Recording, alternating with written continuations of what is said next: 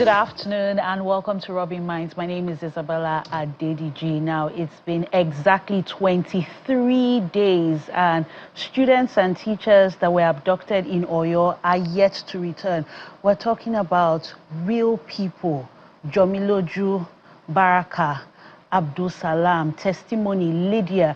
They are not yet back to their families. We're talking about teachers, the principal, Mrs. Folawe Alamu, Mr. Ojo Jonathan.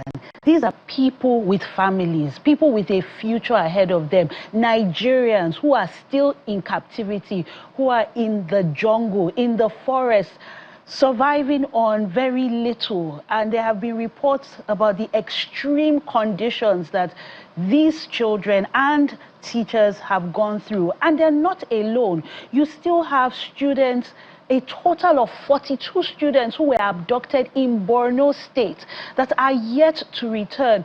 We're talking about Hanatu, Hezekiah, Amos. They are not yet back to their families.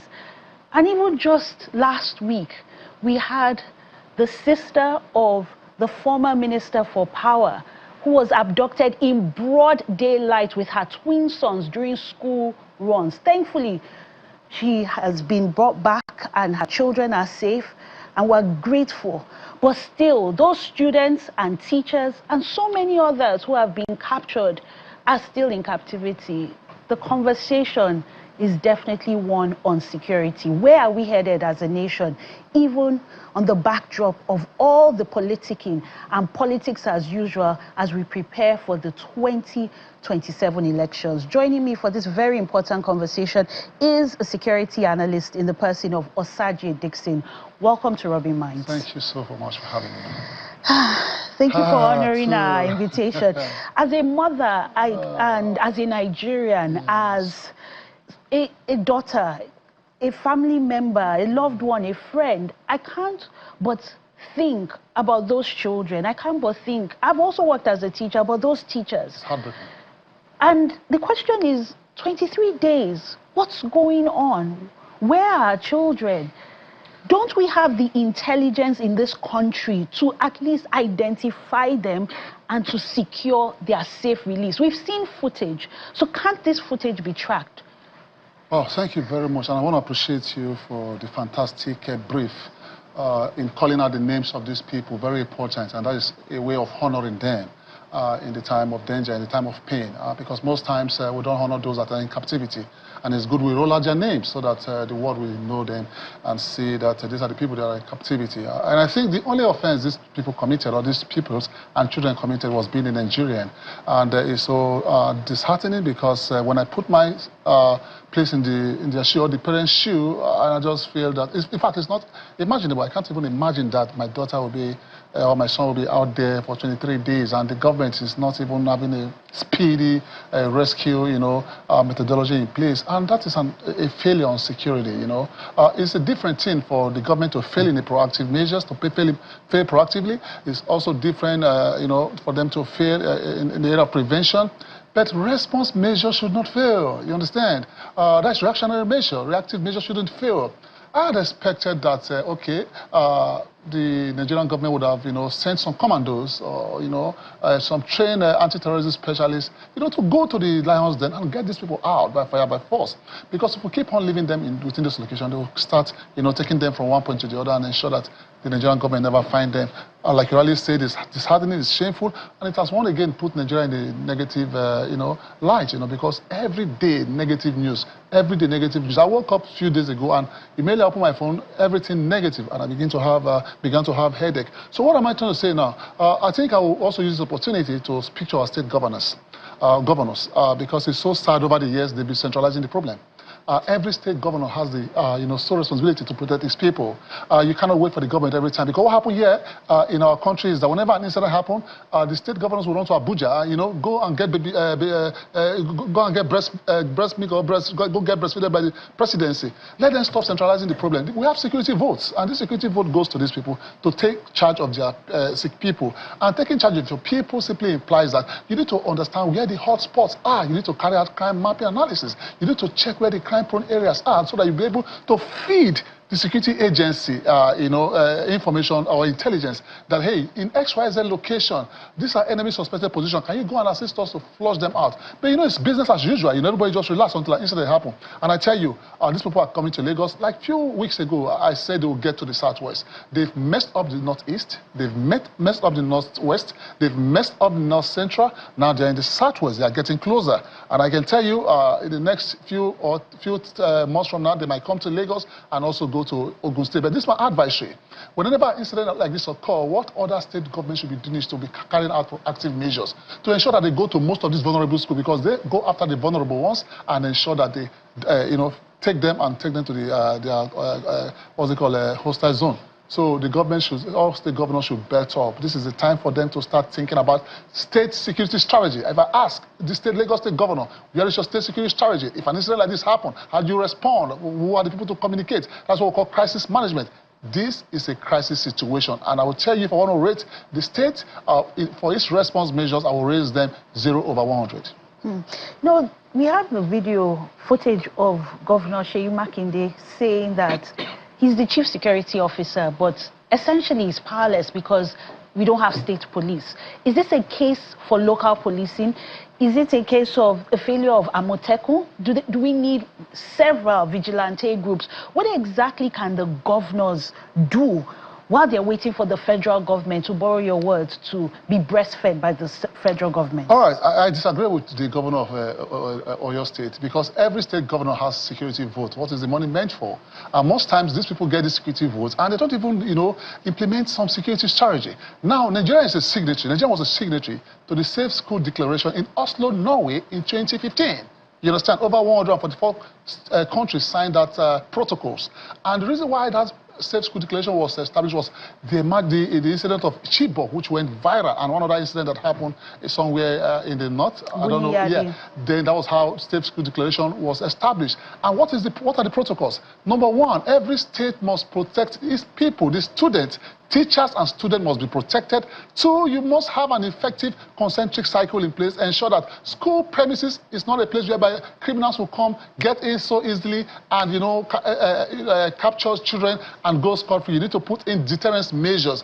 The whole essence of crime prevention is to ensure that these criminals labor in vain. But yet they don't labor in vain, they labor and get what they want. Then another aspect is that every school must run an assessment, check the vulnerability of that school and see how the school can implement risk treatment. Because when you carry out vulnerability assessment, the next thing you carry out risk treatment, you treat those risks that you think we pose threat to these people, because these are the people that made us Nigerians. So what I'm trying to conclude at is that the Nigerian government should, Ministry of Education, should make it mandatory and send a circular out that every school must adopt the Safe School Declaration protocols. It's going to work, because, and also they should start looking at building bunkers in our schools, most of these vulnerable areas, so that if, for example, there's a crime in progress, or maybe this criminal element are trying to come and attack these people, they will all run to the bunkers. You see, for example, whenever Iran shoots a missile to Israel, you get a siren. What happened? Everybody run to the bunker. And most times this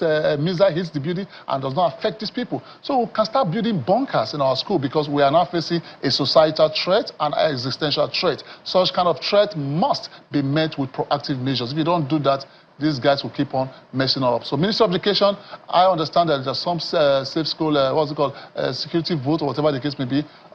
They should ensure that all schools adopt the Safe School Declaration. If you check the protocols, I tell you for free that we will not be having such incidents if every school adopted that protocols. So a lot needs to be done in terms of the prevention and infrastructure to ensure that the risks are mitigated. Yeah, and punishment is also important as well, because we don't punish most of these guys. They commit crime and go scot-free. The other time, the Chief of Defense Staff of our country was saying that most of these people are our brothers and sisters. We should treat them as prodigal sons. Now, Nigerian prodigal sons are performing wonders. What happened in Oyo State? Nigerian prodigal son. The kidnapping of the 46 student, Nigerian prodigal son. And a lot of evil things happening around. If we don't have an effective punitive measures, I tell you, we are treading on the path of destruction. As it stands, we are in a fragile state situation. I think this is a call out to our legislators, our lawmakers, to ensure that the punitive measures for kidnapping serve as a deterrent. So if you are caught, there's no welcoming back into the fold. I want you to cast your mind back to April 14, 2014, when the Chibok girls were abducted. This was during President Goodluck Jonathan's administration. And now we've had President Buhari, and we're now under President Bola Ahmed Tinubu, and we're still asking for our children, whether they are from Chibok or from Askira Uba or from Buniyadi or from Orire local government, we're asking for them to come back. So what has gone wrong over the years? Where have we missed it as a nation when it comes to our security apparatus? Fantastic question. What has gone wrong over the years is that we failed to protect the people, and I think our political leaders have taken us for a ride. They've taken us for granted, and they've messed up the territorial integrity of this great country. If this is what democracy is, I'm sorry, it's really disappointing, because when democracy came on board in 1999, we're all jubilating, and we think that our people will do better. But here we even have politicians, sponsoring talks to go and snatch ballot boxes. I have said this on many forums, that the Electoral Commission, INEC, must have a very effective punishment measure in place, whereby you ban politicians for life who engages in, crisis situation. Because most times you see during election time, they start rolling out, talks. Most of them carry arms and ammunition. Most of them carry machetes. Now, what that implies is that crime is fine. Crime is okay, because the politicians need to start seeing themselves as role model. But sadly, they are not seeing themselves as role model, because people don't learn from them. I cannot point at any politician in my country, even my state governor, as a role model, because everybody has messed up their state. And accountability is another big problem. Now, from the Chibok incident, talk about one of the abducted girls in Chibok happened to be one of my employees, and it's so sad when I heard from her what went wrong in Chibok. That is a very, very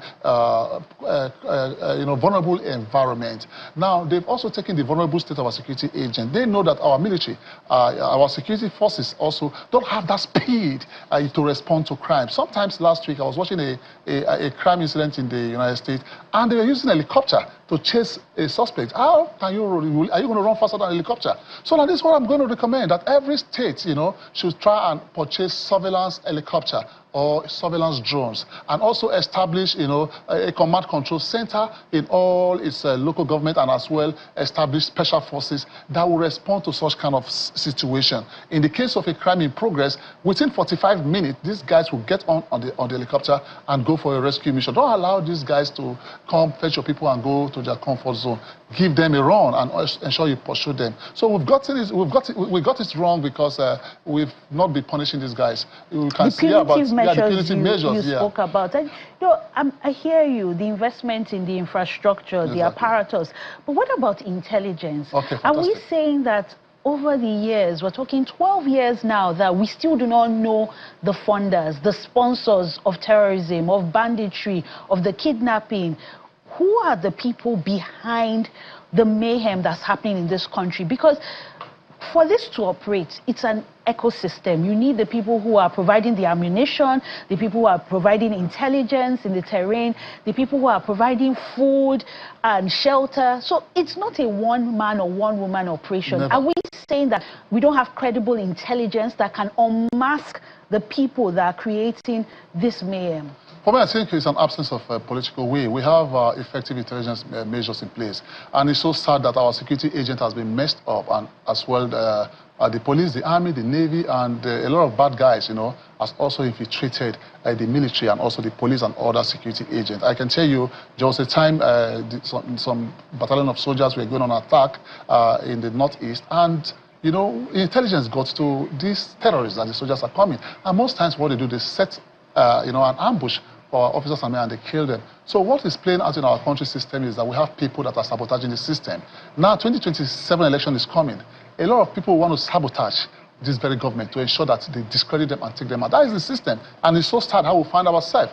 Because if we think that we can use security issues as a gain, as a political score, I tell you it's wrong, because it is now. The Abubakar is there, Peter Obi there, they're all tweeting. None of them can solve the problem of this country. Not even Peter Obi, not even Atiku, not even Tinubu. We are to solve this country. And our security agents are also supposed to talk, are solely responsible for this issue. So what should be happening now is that we need to come back to the drawing board. The military needs to also go back to the drawing board, reassess its operational strategy, tactical strategy, and ensure that, because they are even capturing our military generals. It is so sad what is happening. I mean, we saw the text message that was sent, and at the end, they released the video. And I think it's the brazenness and the terrorists, because now they can go on TikTok and do a live. Oh, so fine, it's fine. Maybe they follow one of some of the it's not as if we can't even get clues about who these people are. Are we saying that we can't track using technology their locations? Are we saying that we can't use facial recognition software,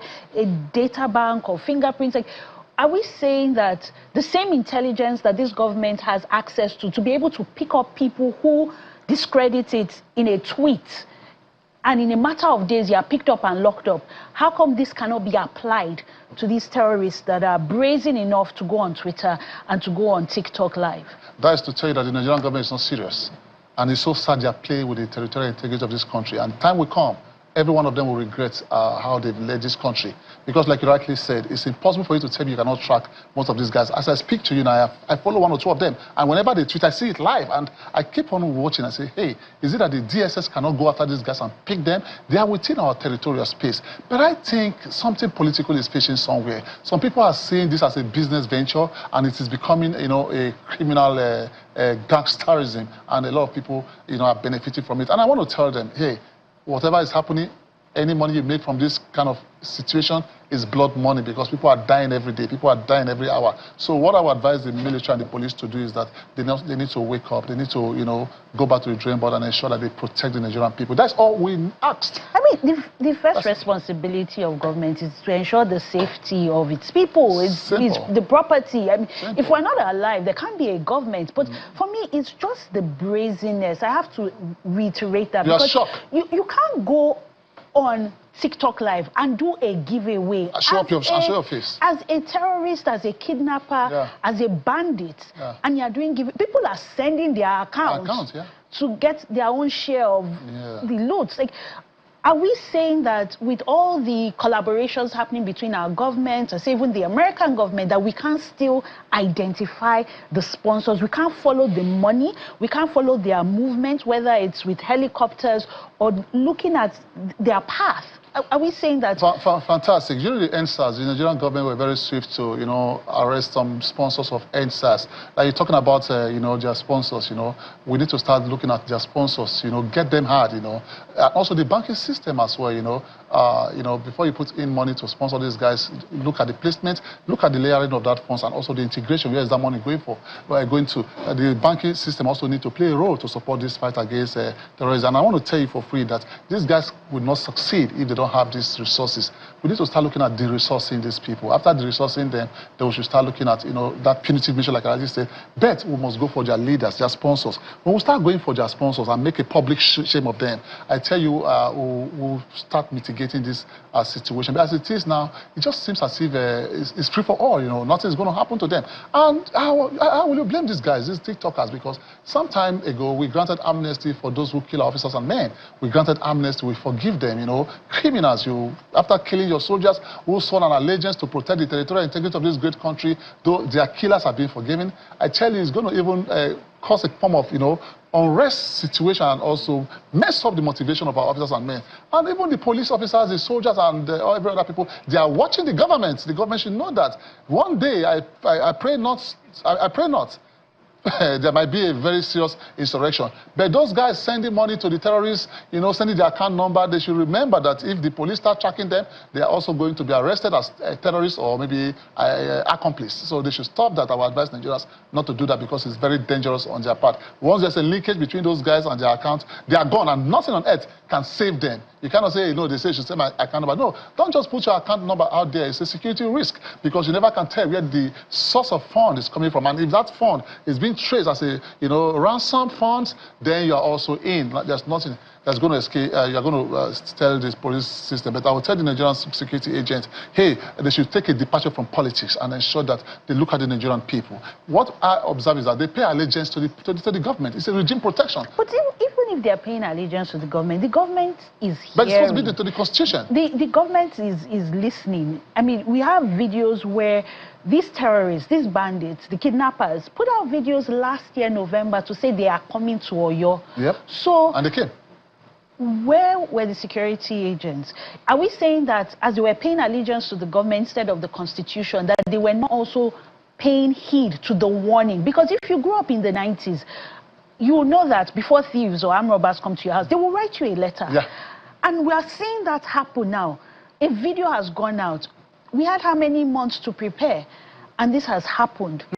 Fantastic, my sister. You see, that's what we call, when you get such information, you carry out what we call actionable intelligence. You act on that information. You act on that intelligence. You understand? But this is not even an intelligence. This is an open information. They tell you that we are coming. That is bravery on their part, and they believe that they will succeed.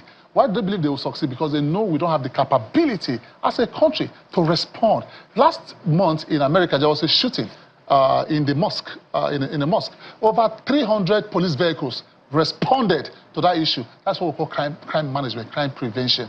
But if an incident is happening in Nigeria, we cannot even find a police vehicle. Maybe on their way, the tire will burst out and something funny will happen. So what we are going to start looking at as a country now is that state governors should just leave Abuja alone.